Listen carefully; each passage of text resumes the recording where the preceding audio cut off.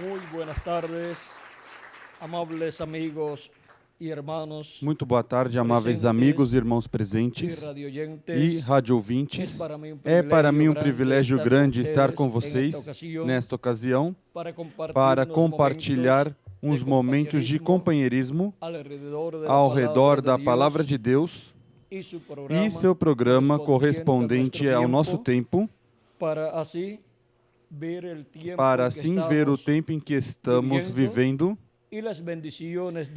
e as bênçãos divinas que Deus tem para os seres humanos neste tempo final. Para o qual quero ler em Apocalipse capítulo 2, versículo 17, onde diz: quem tem ouvidos, ouça o que o Espírito diz às igrejas. Ao que vencer, darei do maná escondido, e lhe darei uma pedra branca, e na pedra um novo nome escrito, o qual ninguém conhece senão aquele que o recebe. Que Deus abençoe nossas almas com sua palavra e nos permita entendê-la e nos dê a comer a todos desse maná escondido. Podem sentar, queiram ter a bondade. Nosso tema é o sétimo selo e o maná escondido. Para que possamos compreender o nosso tema, necessitamos saber o que foi o maná escondido no tempo de Moisés, do qual nos fala o apóstolo São Paulo em sua carta aos Hebreus, quando nos fala sobre o templo ou tabernáculo que o profeta Moisés construiu. No capítulo 9, versículo em diante, diz: ora, o primeiro pacto tinha ordenanças de culto sagrado e também um santuário terrestre. Foi preparado um tabernáculo. Na primeira parte estava o candelabro, a mesa e os pães da proposição. A esse se chama o lugar santo. Depois do segundo véu estava o tabernáculo, que se chama o lugar santíssimo, que tinha o altar de ouro do incenso e a arca do pacto, toda coberta de ouro, na qual estava um vaso de ouro que continha o maná, e a vara de Arão que tinha brotado, e as tábuas do pacto, e sobre ela os querubins de glória que cobriam o propiciatório, das quais coisas não se pode agora falar em detalhes. E assim, dispuestas estas coisas em la primeira parte del tabernáculo, ora, estando estas coisas assim preparadas, continuamente entram no primeiro tabernáculo os sacerdotes para realizar os serviços, mas no segundo só o sumo sacerdote uma vez ao ano, não sem sangue, que oferece por si mesmo e pelos pecados de ignorância do povo. Nesta passagem, podemos ver a importância do templo ou tabernáculo que o profeta Moisés levantou no meio do povo hebreu. Em seguida, mais adiante, no tempo dos reis, o rei Davi quis levantar um templo para Deus, mas Deus lhe disse que seu filho Salomão seria quem levantaria esse templo. E qual é a importância destes templos no meio do povo hebreu? E como é possível que os pecados de um povo sejam perdoados e cobertos da presença de Deus e não sejam vistos por Deus? Oferecendo esses sacrifícios a Deus e realizando essas ordenanças divinas no templo no sétimo mês de cada ano, que é o mês onde se realiza a oferta ou sacrifício da expiação, ou seja, no dia 10 do sétimo mês, se realiza o sacrifício do bode. O sumo sacerdote, nesse dia do ano, entra no templo umas quantas vezes, mas sempre entra no lugar santíssimo com sangue, pois se entrar sem sangue ali, morre. Porque diante de Deus, nenhuma pessoa pode se apresentar sem sangue da expiação do sacrifício. Por quê? Porque, de outra forma, os pecados da pessoa são vistos por Deus e a recompensa do pecado é a morte. E agora, o tabernáculo que o profeta Moisés construiu e o templo que o rei Salomão construiu são tipo e figura do templo que está no céu. Por isso, o rei Salomão foi um homem tão sábio, porque que homem na terra pode construir um templo conforme o modelo que está no céu? Somente um homem sábio. E isso tem que ser com sabedoria de Deus, a qual lhe mostre como está construído esse templo no céu. E ao primeiro que mostrou foi ao profeta Moisés. Por isso, nesse templo, o sumo sacerdote levava o sangue da expiação desse bode no dia 10 do sétimo mês e o levava dentro ao lugar santíssimo e o colocava sobre o propiciatório que viria a ser, digamos, a tampa da arca. A arca era uma caixa de madeira grande coberta com ouro, onde estavam as tábuas da lei, a vara de Arão que reverdeceu e uma vasilha de ouro cheia de maná, que pegaram no dia número 6 para que em seguida, esse dia número 6 era o dia que pegavam dupla quantidade, porque o dia número 7, que era sábado, não caía maná do céu. E agora, o dia número 6, então também pegaram esse maná que colocaram nessa vasilha de ouro e a colocaram no lugar santíssimo. E esse maná não se corrompia porque estava onde? No lugar santíssimo. Agora, vendo que o tabernáculo que Moisés construiu e o templo que Salomão construiu são tipo e figura, são a representação do templo que está no céu, vejam vocês o porquê.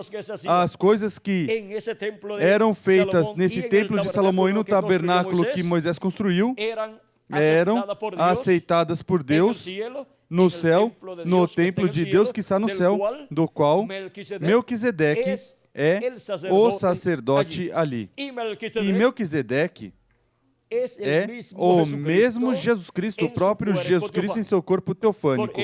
Por isso ele é sacerdote segundo a ordem de Melquisedeque, não da ordem levita, não da ordem ao qual pertencia Arão e sua família, mas da ordem celestial do templo que está no céu, que foi primeiro, foi antes do templo que Moisés construiu e do templo que Salomão construiu. E agora, vejam vocês, com o sacrifício que ofereciam no dia 10 do sétimo mês, para a reconciliação do povo hebreu com Deus, o povo hebreu, a cada ano, ao oferecer esse sacrifício, o qual era levado pelo sumo sacerdote ao lugar santíssimo, o sangue era levado ali e era colocado sobre o propiciatório, onde estava a presença de Deus, na luz da Shequina, essa luz que falou a Moisés e ele disse: eu sou o Deus de Abraão, de Isaac e de Jacó. Essa luz que libertou o povo hebreu e iluminava o caminho de noite e de dia era uma nuvem que lhes cobria do sol, uma nuvem de sombra. E esse Deus Todo-Poderoso que apareceu a Moisés nessa nuvem de fogo, vejam vocês, estava onde? No tabernáculo que Moisés construiu, estava sobre o propiciatório, no meio de dois querubins de ouro que estavam ali. E Ali era onde Moisés levava o sangue e em seguida o fazia Arão. Levava ali o sangue. Arão era o sumo sacerdote e a cada ano oferecia a Deus esse sangue. Tanto oferecia o sangue da expiação pelo sacerdote e os demais sacerdotes, como também por todo o povo hebreu. E assim era perdoado o povo hebreu. Seus pecados eram cobertos com sangue desse bode. E quando algo é coberto, você o olha e não vê. Porque fica tampado com esse sangue o pecado do povo hebreu. E quando Deus olhava ao povo hebreu, não via pecado no povo hebreu. Era por isso, porque por meio dos sacrifícios que o povo hebreu oferecia a Deus, seus pecados eram cobertos com o sangue desses sacrifícios. E vejam vocês, o povo hebreu cometia erros, pecava diante de Deus, e em seguida que Deus diga que não vê pecado no povo hebreu, isso é algo estranho.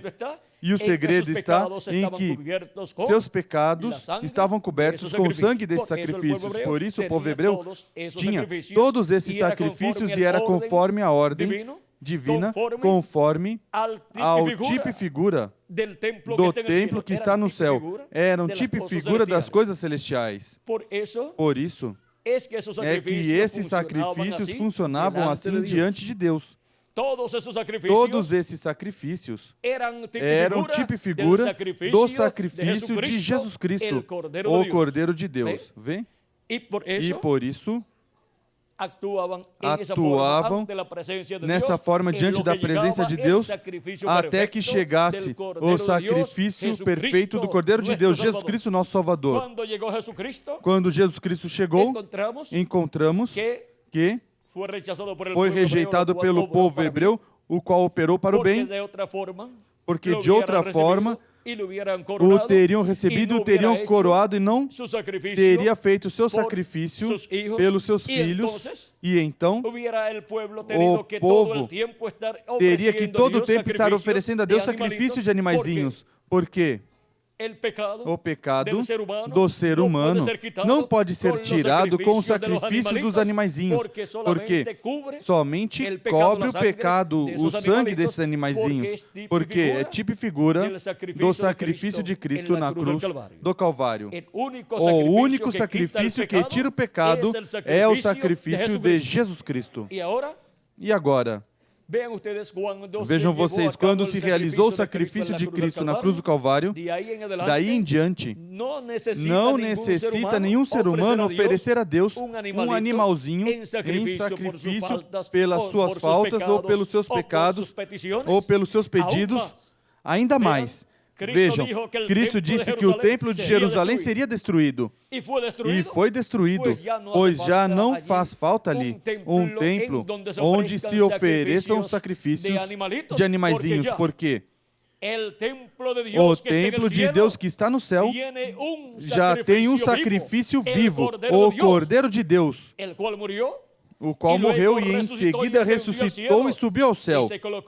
E se colocou no lugar santíssimo do templo que está no céu, e seu sangue foi colocado sobre o propiciatório do templo que está no céu, lá no lugar santíssimo.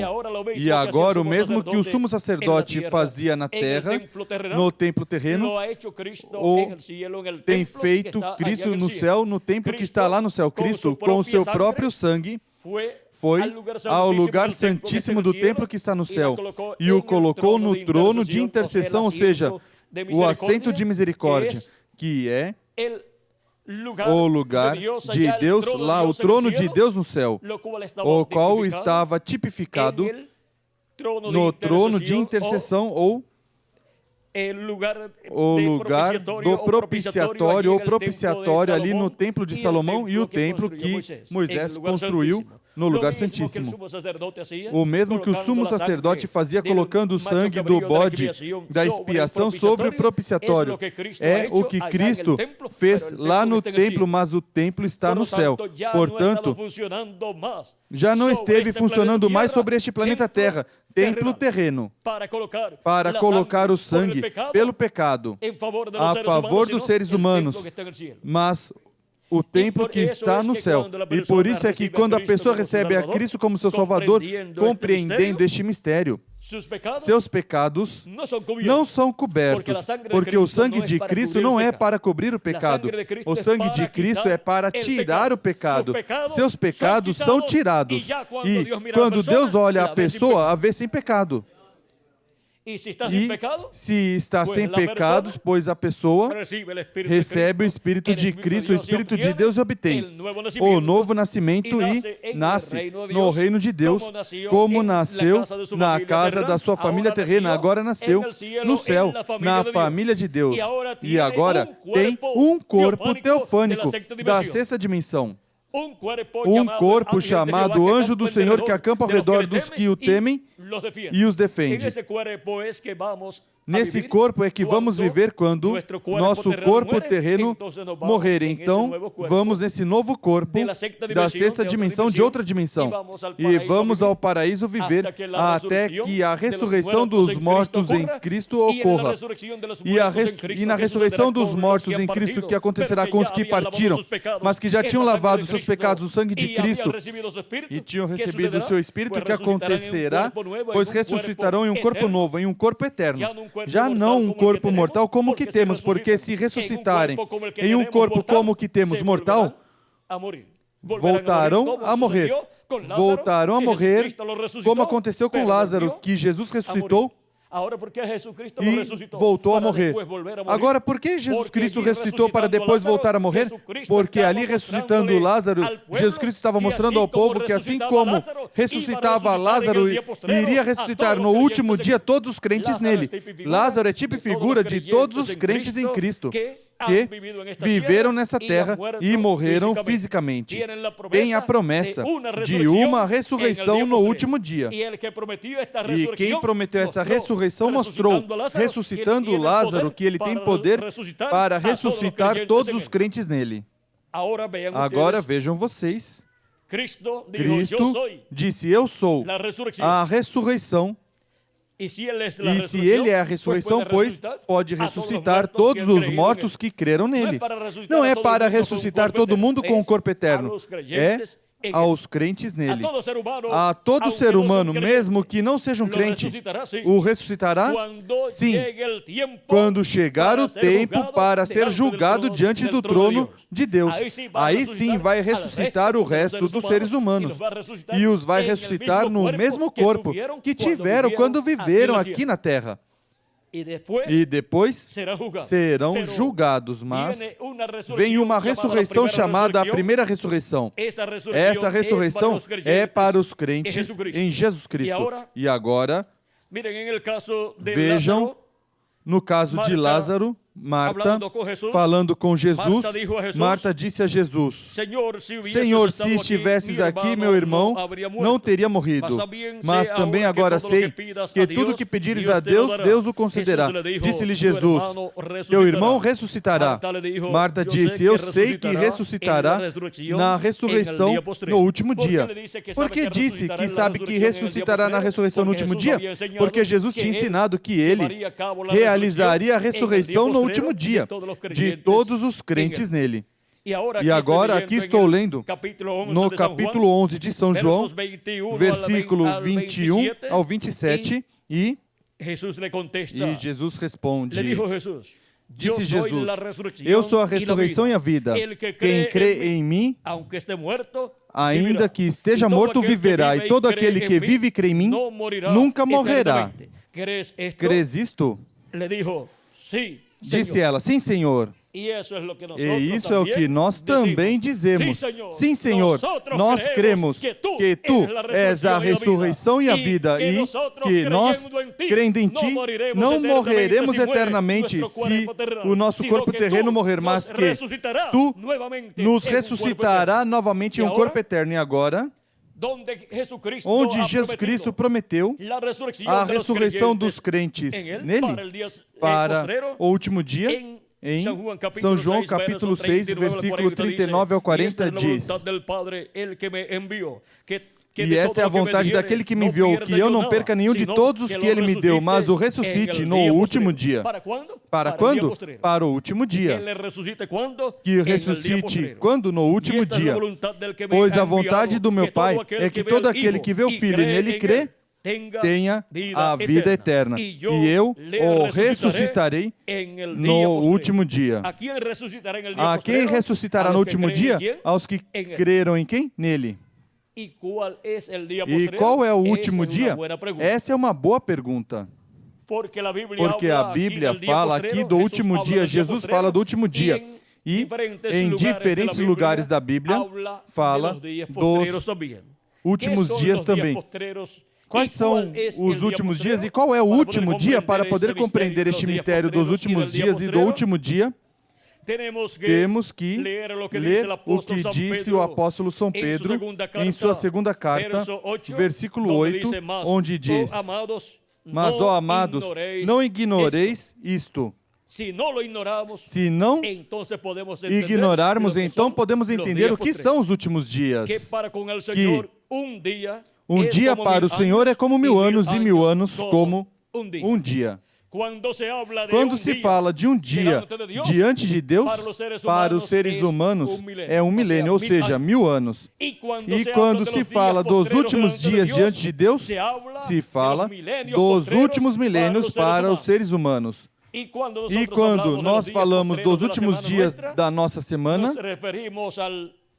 nos referimos à quinta-feira, que é o quinto dia, sexta-feira, que é o sexto dia, e sábado, que é o sétimo dia. E diante de Deus, esses são os 3 últimos dias de uma semana diante de Deus. E para os seres humanos, são os 3 últimos milênios, que são o quinto milênio, o sexto milênio e sétimo milênio.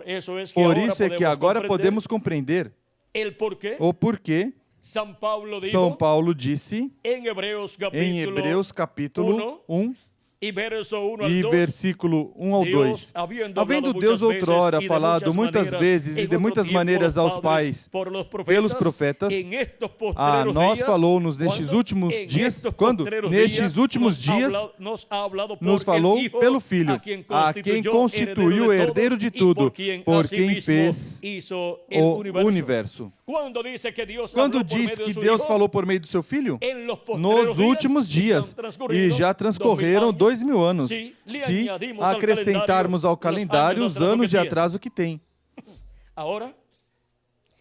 Agora estaria equivocado São Paulo ao dizer que aqueles dias onde Jesus esteve pregando eram os últimos dias.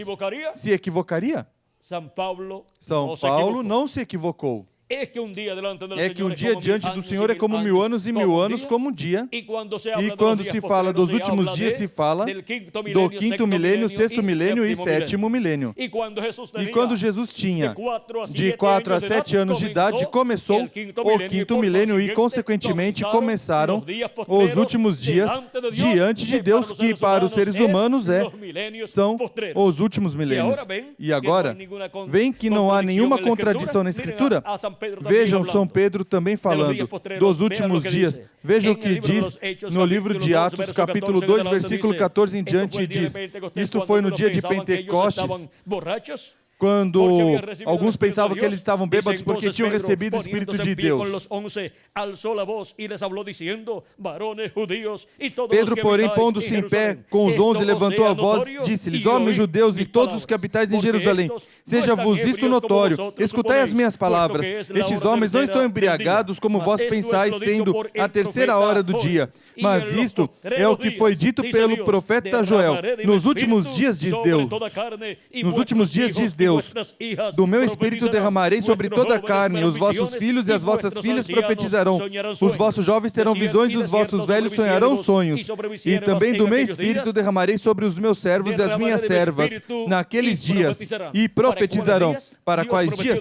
Deus prometeu derramar do seu Espírito para os últimos dias. E nos últimos dias, disse Deus, derramarei do meu Espírito sobre toda a carne. E desde o dia de Pentecostes em diante, derramou do seu Espírito sobre 120 pessoas, e daí em diante esteve derramando do seu Espírito Santo sobre toda pessoa que crê em Cristo como seu Salvador, o recebeu como seu Salvador e lavou seus pecados no sangue de Cristo. Em seguida recebeu o Espírito de Cristo. Cristo derramou do seu Espírito sobre milhões e milhões de pessoas que creram nele do dia de Pentecostes até aqui. E agora o que aconteceu com essas pessoas? Pois nasceram de novo. Nasceram no reino de Deus. Cristo disse a Nicodemos que quem não nascesse de novo não podia ver o reino de Deus. Quem não nascesse de novo não podia entrar no reino de Deus. Tinha que nascer da água e do Espírito, crendo em Jesus Cristo como nosso Salvador e recebendo seu Espírito Santo. E assim é como se nasce no reino de Deus.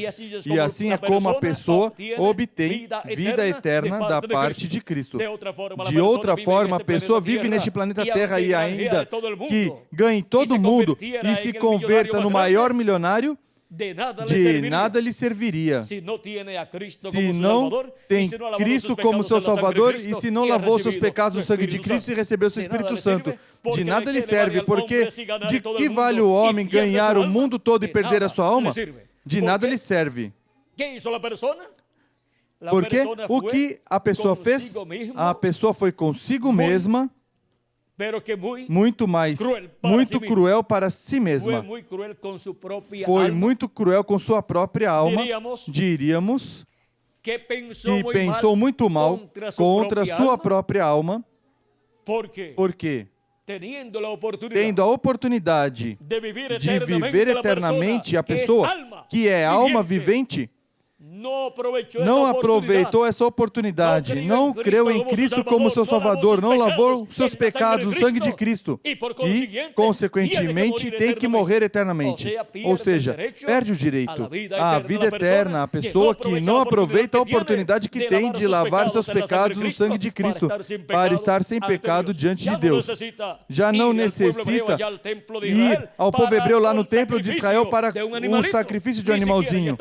Nem sequer está o templo ali para que ninguém esteja ali fazendo o sacrifício pelo pecado, porque Deus já enviou o Cordeiro Pascual. Deus já enviou o Cordeiro Perfeito, o Cordeiro de Deus, o qual tirou o pecado lá na cruz do Calvário. E se faz efetivo esse sacrifício de Cristo na cruz do Calvário quando a pessoa o aceita como seu Salvador e assim lava seus pecados no sangue de Cristo. Se não fizer, lamentavelmente a pessoa perde o direito à vida eterna tendo essa oportunidade. Vejam que pagará o homem pela sua alma, pela salvação da sua alma, não tem que pagar nada. Vejam, nada tem que pagar. Se tiver que pagar, nenhum ser humano teria o suficiente para pagar por sua salvação. Agora vejam vocês gratuitamente, Deus proveu para nós esse sacrifício. E agora Deus não aceita outro sacrifício. Por isso, foi tirado todo o sacrifício lá no meio do povo hebreu. E agora, vejam o que aconteceu com o povo hebreu. Não tem sacrifícios pelo pecado lá na terra de Israel. E também não tem o sacrifício de Cristo porque o rejeitou. E por isso o povo hebreu esteve passando por todas essas tribulações e Hitler, por pouco, extermina todos. Por quê? Porque seus pecados não foram nem cobertos com os sacrifícios que antes tinham, porque já não tem os sacrifícios que antes tinham. E também não tem o sacrifício de Cristo. Não receberam, portanto, o sacrifício de Cristo, o sangue de Cristo que acontece, se não for aplicado sobre os pecados, pois não os pode tirar. E eles rejeitaram o sacrifício de Cristo na cruz do Calvário, e por isso os pecados deles estiveram sendo vistos por Deus, e a recompensa do pecado é morte. E por isso a morte esteve perseguindo o povo hebreu. Por pouco Hitler os extermina. E atualmente, vejam, estão ainda em perigo. Por quê? têm problemas com seus vizinhos, mas algum dia eles compreenderão. Quando será? Quando entrar até o último dos escolhidos de Deus, do meio dos gentios, então Deus lhes abrirá o coração e a mente. E então Deus os despertará por meio do ministério do Senhor Jesus Cristo em sua segunda vinda, manifestando os ministérios de Moisés, de Elias e de Jesus. Então o povo hebreu dirá: isto é o que nós estamos esperando. E aí lhe será contada toda a história de tudo o que aconteceu e de como Deus cegou os olhos do povo hebreu para que não vissem o Messias na sua primeira vinda e o rejeitassem e fosse crucificado. E assim realizaria o sacrifício pelo pecado. Graças a que o povo hebreu rejeitou a Cristo e pediu a morte de Cristo na cruz do Calvário. Graças a isso, nossos pecados foram tirados com o sangue de Jesus Cristo. E não temos que ter um templo como o do povo hebreu para estar aí realizando sacrifícios pelo pecado. Cristo está no templo do céu como sumo sacerdote, realizando os ofícios do seu trabalho, fazendo intercessão ali por toda pessoa que tem seu nome escrito no livro da vida do Cordeiro, o qual foi escrito desde antes da fundação do mundo. E quando entrar o último dos escolhidos de Deus, então Cristo já terminará seu trabalho ali como intercessor, como sumo sacerdote, e sairá dali e reclamará a todos os que ele redimiu com seu sangue precioso, e se revelará ao povo hebreu. E então o povo hebreu o receberá. Em sua segunda vinda, Cristo vai se revelar ao povo hebreu no tempo correspondente, e o povo hebreu vai dizer: este é o que nós estamos esperando. Mas até que entre até o último dos escolhidos dentre os gentios, não poderá o povo hebreu obter esse conhecimento. Agora, como será neste tempo final, para o chamado dos escolhidos do último dia, tanto dos escolhidos dentre os gentios como dos escolhidos do povo hebreu? Cristo prometeu dar do maná escondido. E o que é o maná escondido? Para o povo hebreu, o maná foi o que caiu do céu a cada dia pela manhã por 40 anos, na tarde caía carne, ou seja, codornas, e pela manhã maná. Ou seja, tinham o café da manhã e em seguida tinham o jantar. E não trabalhavam. Deus esteve mantendo o povo hebreu por 40 anos. E eram não menos de 2 milhões de pessoas. Vejam vocês. O Deus Todo-Poderoso os manteve pelo deserto, e tudo isso para prová-los, para saber se serviriam a Deus ou não serviriam. Vejam, nos fala Deus no livro de Deuteronômio, capítulo 8, versículo 1 em diante, o motivo pelo qual o povo hebreu teve pelo deserto viajando por 40 anos, porque essa era uma viagem que era feita em menos de um ano. E vejam, tomou 40 anos ao povo hebreu chegar à terra prometida. Deuteronômio capítulo 8, versículo 1 em diante diz: tereis muito cuidado em cumprir todos os mandamentos que hoje vos ordeno, para que vivais e vos multipliqueis e entreis na posse da terra que o Senhor com juramento prometeu a vossos pais. Lembrar-te-ás de todo o caminho pelo qual o Senhor teu Deus te guiou no deserto estes 40 anos para te humilhar e te provar, para saber o que estava no teu coração, se guardarias ou não os seus mandamentos. Ele te afligiu e te deixou ter fome, depois te sustentou com maná que não conhecias e que os teus pais também não conheceram, para te dar a entender que não só de pão vive o homem, mas de tudo que sai da boca do Senhor viverá o homem.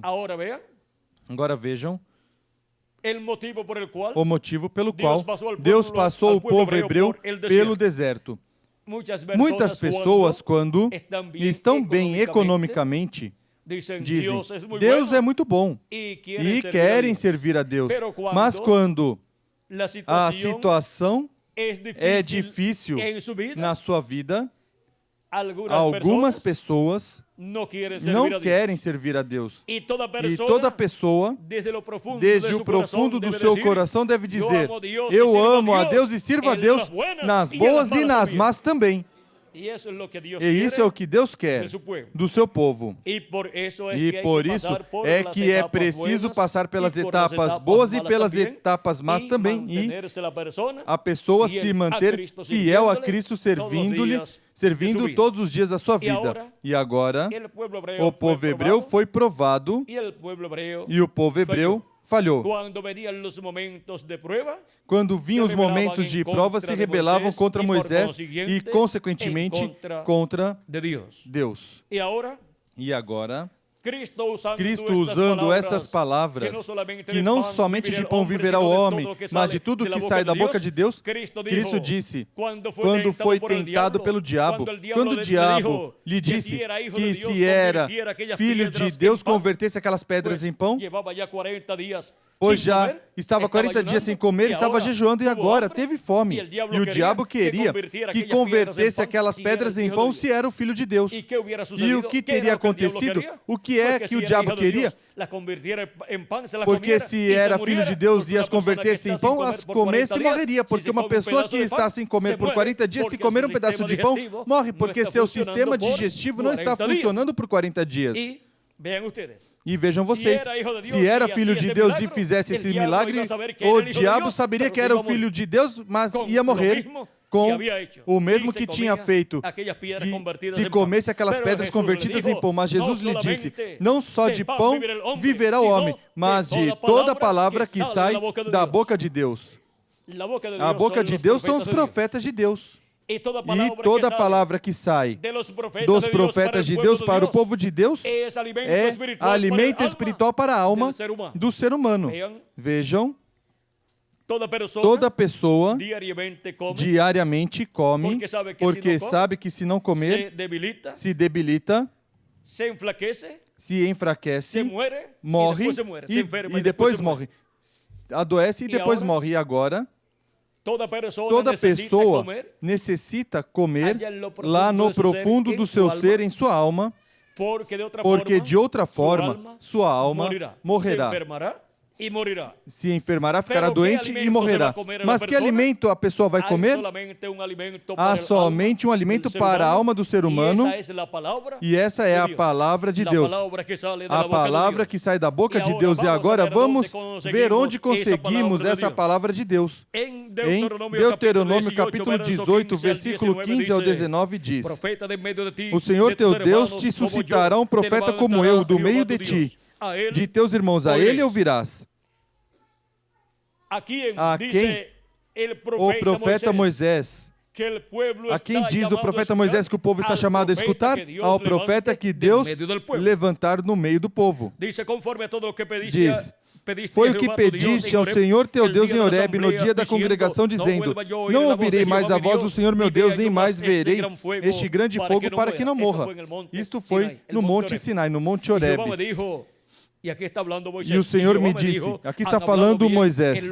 Então o Senhor me disse, falaram bem no que disseram. Eu lhes suscitarei um profeta do meio de seus irmãos, semelhante a ti, ou seja, semelhante a Moisés. Porei as minhas palavras na sua boca. Onde Deus coloca as suas palavras na boca do profeta que ele levanta. E ele lhes falará tudo que eu lhe mandar. Tudo que Deus mandar esse profeta falar, esse profeta vai falar, porque Deus colocou em sua boca essa palavra.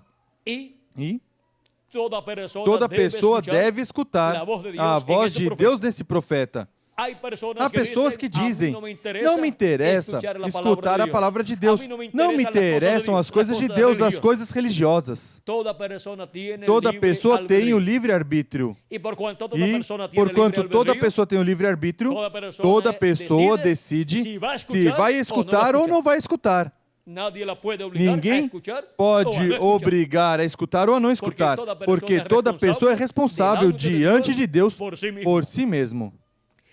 E agora, o que será das pessoas que não escutarão? Bom, vamos ler aqui. Eu mesmo pedirei contas de todo aquele que não ouvir as minhas palavras que ele falar em meu nome. Que se acerte depois com Deus, porque Deus é quem vai pedir contas à pessoa por não ter escutado essa palavra de Deus. E no livro de Atos, capítulo 3, versículo 22 ao 23, aqui está sendo citado por São Pedro. Está citada essa passagem onde diz: pois Moisés disse, o Senhor vosso Deus levantará dentre vossos irmãos um profeta, semelhante a mim. A ele ouvireis em tudo o que vos disser. Todo aquele que não escutar esse profeta será exterminado dentre o povo. Será exterminado e perde o direito a pertencer ao povo de Deus, perde o direito à vida eterna. E ninguém quer perder o direito de viver eternamente, e menos viver em um corpo eterno, como que Deus tem para o ser humano que escuta a voz de Deus. Quem ouve minha palavra, disse Cristo. O que tem? Vamos ver. Em São João, capítulo 5, Cristo disse, a bênção que há para aqueles que escutam a sua palavra. Diz, capítulo 5, versículo 24, diz, em verdade vos digo, que quem ouve a minha palavra e crê naquele que me enviou, tem a vida eterna, e não entrará em condenação, mas passou da morte para a vida. Passou da morte para a vida. Quando nascemos nessa terra, nascemos no meio de uma raça caída, no meio de uma raça morta, espiritualmente com Deus. Diante de Deus, o ser humano se encontra nessa condição caída, mas quando recebe a Cristo como seu Salvador e lava seus pecados no sangue de Cristo e recebe seu Espírito Santo, essa pessoa passou de morte à vida eterna. Já tem vida eterna essa pessoa quando recebeu a Cristo e já recebeu um corpo teofânico da sexta dimensão. E agora, vimos onde Deus coloca a sua palavra, na boca do profeta que ele envia. Assim foi em cada profeta que Deus enviou. Assim foi também em Jesus Cristo. Assim foi nos apóstolos do Senhor Jesus Cristo. E assim foi nos 7 anjos mensageiros das 7 eras da igreja gentia. São Paulo dizia, já não vivo eu, vive Cristo em mim. A palavra, a mensagem que Paulo pregava era a mensagem de Cristo, a palavra de Cristo para aquela primeira era no meio dos gentios. E assim foi de era em era, através da manifestação de Jesus Cristo e Espírito Santo em cada anjo mensageiro. Cristo disse em São João, capítulo 10, versículos 14 ao 16, eu sou o bom pastor. Eu conheço as minhas ovelhas e as minhas ovelhas me conhecem. Assim como o Pai me conhece, também eu conheço o Pai e dou a minha vida pelas ovelhas. Ainda tem outras ovelhas que não são deste aprisco, ou seja, que não são do aprisco hebreu, são gentios. A mim me convém agregá-las também. Elas também ouvirão a minha voz e haverá um rebanho e um pastor. E como vão escutar a voz de Cristo? Se Cristo morreu, ressuscitou e subiu ao céu e está no trono de Deus, no templo que está no céu, fazendo intercessão como sumo sacerdote lá, por meio da manifestação de Jesus Cristo e Espírito Santo em seus mensageiros, de era em era, Estivemos escutando a voz de Cristo. Cristo esteve falando às suas ovelhas entre os gentios e esteve chamando e juntando os seus filhos, os quais têm seus nomes escritos no livro da vida do Cordeiro desde antes da fundação do mundo. E a pessoa não sabe que tem seu nome escrito ali até que escuta a voz de Cristo na era que lhe corresponde viver e chega essa mensagem diretamente à sua alma. E lhe estremece a alma e desperta a sua alma, desperta desse sono espiritual, desperta a realidade e percebe que Deus está falando diretamente à sua alma. Percebe que há vida eterna depois da morte. Percebe que aqui na Terra estamos vivendo somente uma temporada muito curta para um propósito divino. Não estamos aqui por mera casualidade, estamos aqui porque Deus nos enviou a viver neste planeta Terra uma temporada para fazer contato com o seu programa, para ocupar nossa posição no corpo místico de Cristo e aí obter vida eterna para depois, quando os mortos em Cristo ressuscitarem em corpos eternos, os que vivemos ser transformados e ter o corpo eterno. E viver com Cristo por toda a eternidade. Quem não faz contato com Cristo e seu programa correspondente à era em que vive, perde o direito à vida eterna. Mas Cristo disse: minhas ovelhas ouvem minha voz e me seguem. Portanto, a mensagem de Cristo em cada era foi pregada e os que são de Deus escutaram sua voz na era que lhes correspondeu viver. Ninguém teve que obrigá-los a crer, porque eles, lá em sua alma, quando escutam a voz de Cristo, respondem a esse chamado. Sua alma desperta e percebe que é um filho ou uma filha de Deus e diz: Senhor, que queres que eu faça? Como disse Saulo de Tarso, quando se encontrou com Jesus Cristo naquela luz e falou. Saulo disse: Senhor, que queres que eu faça? E Cristo lhe mostra seu programa para o tempo em que a pessoa está vivendo. Crê em Cristo como seu Salvador, lava seus pecados no sangue de Cristo, recebe o Espírito de Cristo e assim nasce de novo. Nasce no corpo místico de Cristo, se torna um membro do corpo místico de Cristo, ou seja, da Igreja de Jesus Cristo, nosso Salvador. E assim a pessoa é selada no reino de Deus com o Espírito de Deus para viver por toda a eternidade. Vejam vocês o simples que é o programa divino. E agora, já transcorreram 7 etapas ou 7 eras da Igreja Gentia. Este diagrama usado pelo reverendo William Branham representa a Igreja de Jesus Cristo passando por suas diferentes etapas. E aqui temos os mensageiros de cada uma dessas etapas. E já para o último dia, chegamos à era de ouro da Igreja de Jesus Cristo, que é a era da pedra angular. Para cada era do passado houve um território onde se cumpriu cada era e onde Deus chamou seus escolhidos e, à medida que foi passando o tempo, Cristo foi se movendo em Espírito Santo de território em território e de mensageiro em mensageiro, chamando e juntando os seus escolhidos nos diferentes tempos e eras e diferentes territórios. E agora onde Cristo está chamando e juntando os seus escolhidos? Vejam, a primeira era da Igreja Gentia se cumpriu na Ásia Menor e São Paulo foi o mensageiro. A segunda se cumpriu na França e Irineu foi o mensageiro. A terceira na Hungria e na França e Martim foi seu mensageiro. A quarta foi na Irlanda e Escócia e Colombo foi o mensageiro. A quinta foi na Alemanha e Lutero foi o mensageiro. A sexta foi na Inglaterra e Wesley foi o mensageiro. A sétima foi na América do Norte e o reverendo William Branham foi o mensageiro. Nesses mensageiros, Cristo esteve manifestado, chamando e juntando os seus escolhidos, chamando e juntando suas ovelhas. E agora? Onde? Cristo está chamando e juntando suas ovelhas? Onde? Cristo cumpre a era da pedra angular? Pois vejam, a boa notícia é que é na América Latina e no Caribe.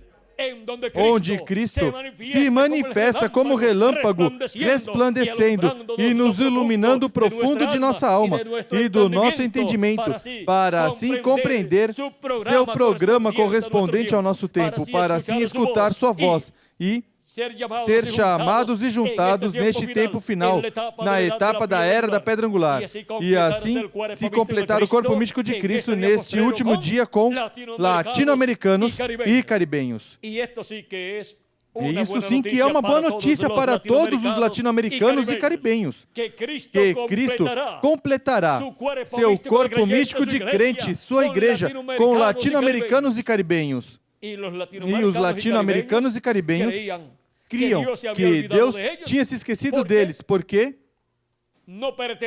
não pertencem às nações desenvolvidas, como essas nações da Europa ou da América do Norte, mas que está um pouquinho mais atrasada em alguns campos, mas quanto às coisas de Deus, quanto ao programa de Deus, é aqui, vai, a cabeça de todas as nações, porque é na América Latina e no Caribe, onde Cristo está chamando e juntando todos os seus escolhidos.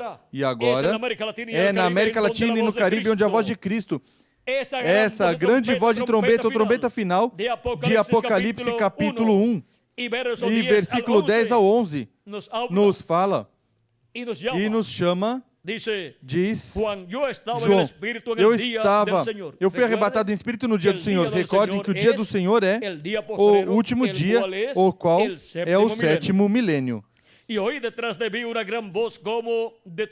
ouvi de trás de mim uma grande voz como de trombeta, que dizia: eu sou o Alfa e o Ômega, o primeiro e o último. Quem é o Alfa e o Ômega? Quem é o primeiro e o último? Nosso amado Salvador Jesus Cristo. É a voz de Jesus Cristo nos falando neste último dia. Agora, como estará nos falando? Por meio de quem estará nos falando? Em Apocalipse capítulo 4, versículo 1, diz as coisas que estará falando, as coisas que estará revelando. Depois dessas coisas olhei e vi que estava uma porta aberta no céu, e a primeira voz que ouvi, como de som de trombeta, falando comigo, disse: sobe aqui e te mostrarei as coisas que depois destas devem acontecer. E como vamos subir? E onde vamos subir? Vamos subir à Era da Pedra Angular, onde Cristo estará nos falando com essa grande voz de trombeta do Evangelho do Reino, e estará nos mostrando todas essas coisas que devem acontecer neste tempo final. E por meio de quem estará nos mostrando todas essas coisas? Porque sempre a boca de Deus foram os profetas de Deus. Em Apocalipse capítulo 22, versículo 6, temos a resposta a essa pergunta. E disse-me o anjo: essas palavras são fiéis e verdadeiras. O Senhor, o Deus dos espíritos dos profetas, enviou o seu anjo para mostrar aos seus servos as coisas que em breve hão de acontecer. A quem enviou? Ao seu anjo mensageiro. Para quê? Para mostrar aos seus servos as coisas que em breve devem acontecer. É aqui na Era da Pedra Angular onde envia seu anjo mensageiro, assim como enviou nas 7 eras. Há 7 mensageiros através dos quais falou ao seu povo e chamou e juntou seus escolhidos no corpo místico de Cristo. E aqui na Era da Pedra Angular envia seu anjo mensageiro para revelar às pessoas, a todos os filhos e filhas de Deus, todas essas coisas que em breve devem acontecer, e assim chama e junta seus escolhidos na Era da Pedra Angular. E esta é a era que corresponde aos latino-americanos e caribenhos. É aos latino-americanos e caribenhos que envia seu anjo mensageiro, revelando todas essas coisas que em breve devem acontecer. E em Apocalipse capítulo 22, versículo 16 diz: eu, Jesus, enviei o meu anjo para vos testificar estas coisas nas igrejas, para dar testemunho de que coisas? De todas estas coisas que em breve devem acontecer. Para isso envia o seu anjo mensageiro. o envia para todas as igrejas. É um profeta mensageiro dispensacional com a mensagem do Evangelho do Reino, revelando a todas as igrejas e a todos os seres humanos todas essas coisas proféticas que estão no livro do Apocalipse que devem acontecer. O livro do Apocalipse é um livro simbólico e contém esses símbolos, todas as coisas que devem acontecer neste tempo final, como também contém os símbolos das coisas que aconteceriam durante todo este tempo de Cristo até aqui. E agora, para o último dia, ele envia o seu anjo mensageiro para nos dar testemunho de todas essas coisas que em breve devem acontecer. E agora ele prometeu nos dar o maná escondido. E o que é o maná escondido? Porque todos queremos comer desse maná escondido. Cristo é o maná escondido. Cristo é a palavra.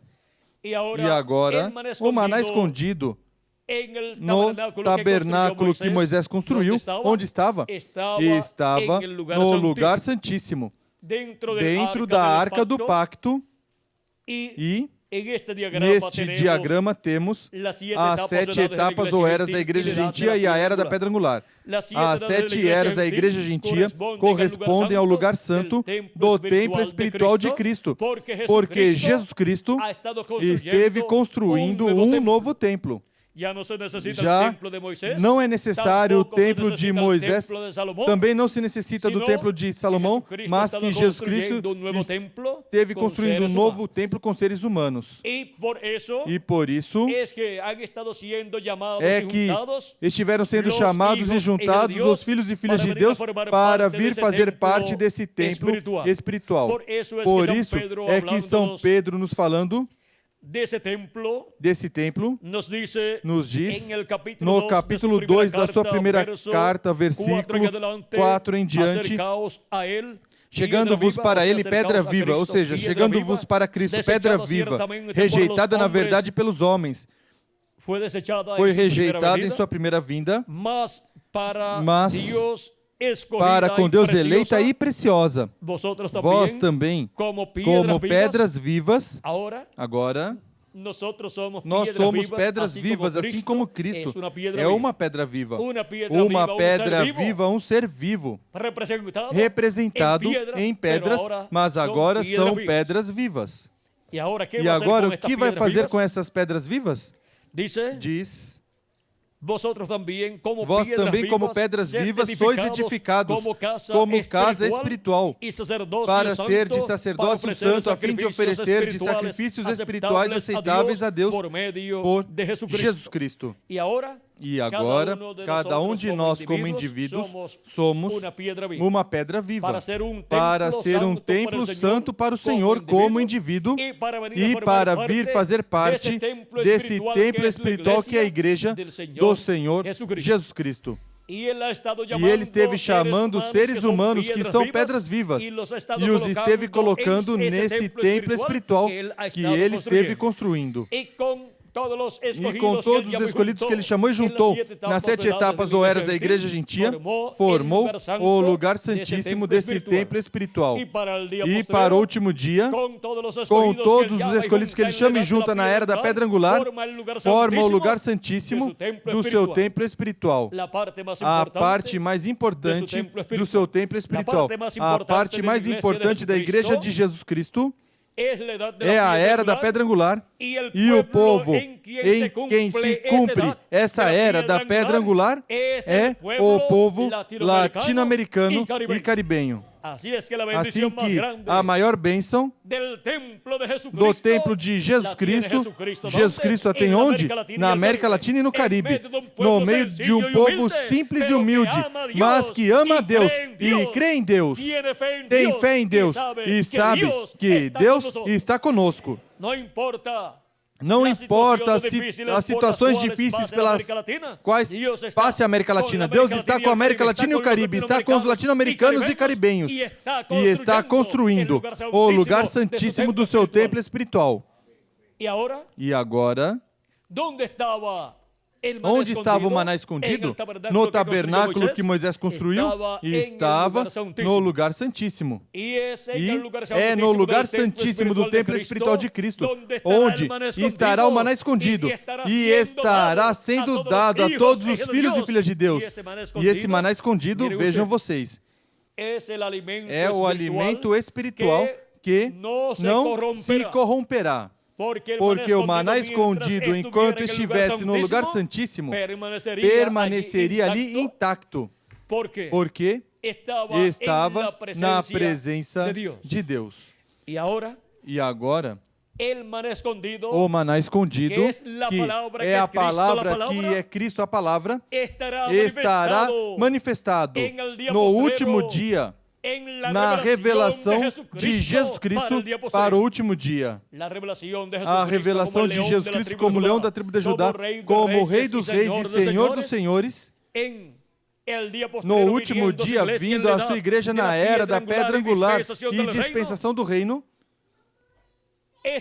Essa revelação, a revelação de Jesus Cristo para o último dia, é o maná escondido para todos os filhos e filhas de Deus. E a revelação de Jesus Cristo para o último dia é a segunda vinda de Cristo.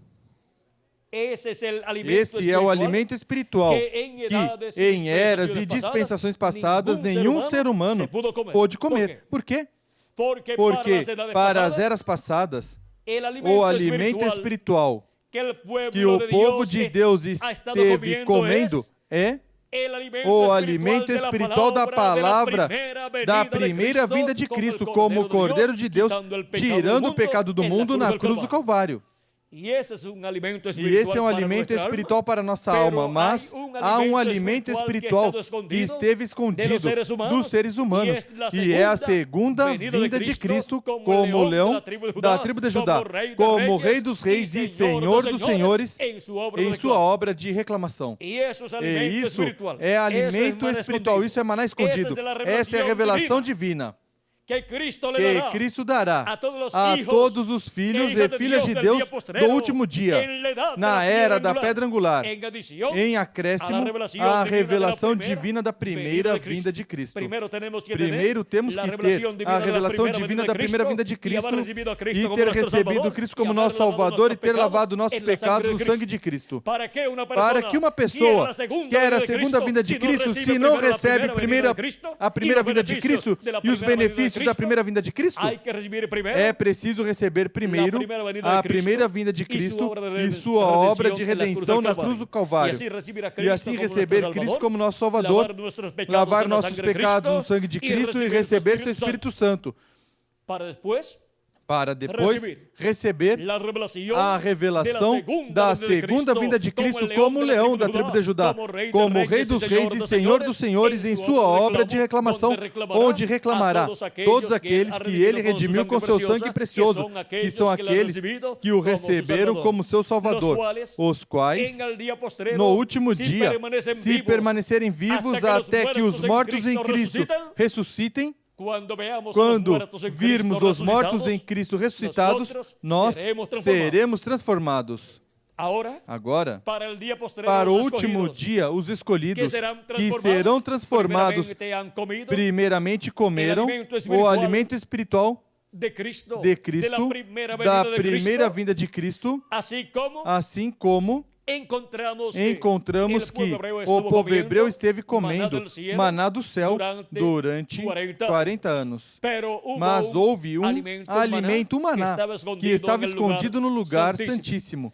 E esse maná escondido representa a segunda vinda de Cristo sendo revelada a todos os filhos e filhas de Deus. E para o último dia estaremos recebendo essa revelação e nós estaremos comendo isso lá em nossa alma, e isso será estar comendo do maná escondido para no último dia ser transformados conforme a palavra de Cristo. Agora podemos ver que é para o último dia, para o tempo da vinda da pedrinha branca. Vejam vocês, diz, ao que vencer, eu lhe darei o maná escondido e lhe darei uma pedrinha branca. Vamos ver. No capítulo 2, versículo 17, que lemos ao princípio está: quem tem ouvidos, ouça o que o Espírito diz às igrejas. Ao que vencer, darei do maná escondido, e lhe darei uma pedra branca, e na pedra um novo nome escrito, o qual ninguém conhece, senão aquele que o recebe. A pedrinha branca é a segunda vinda de Cristo. O nome novo que a pedrinha branca traz, vejam vocês, vamos ver. Aqui em Apocalipse capítulo 3, versículo 12. O que nos fala também de um nome novo, para que tenhamos o quadro claro diz: a quem vencer, eu farei coluna no templo do meu Deus, de onde jamais sairá. Escreverei sobre ele o nome do meu Deus e o nome da cidade do meu Deus, a nova Jerusalém que desce do céu, da parte do meu Deus, e também o meu nome novo. O Senhor Jesus Cristo dá testemunho que ele tem um nome novo. Esse é o nomezinho novo na pedrinha branca.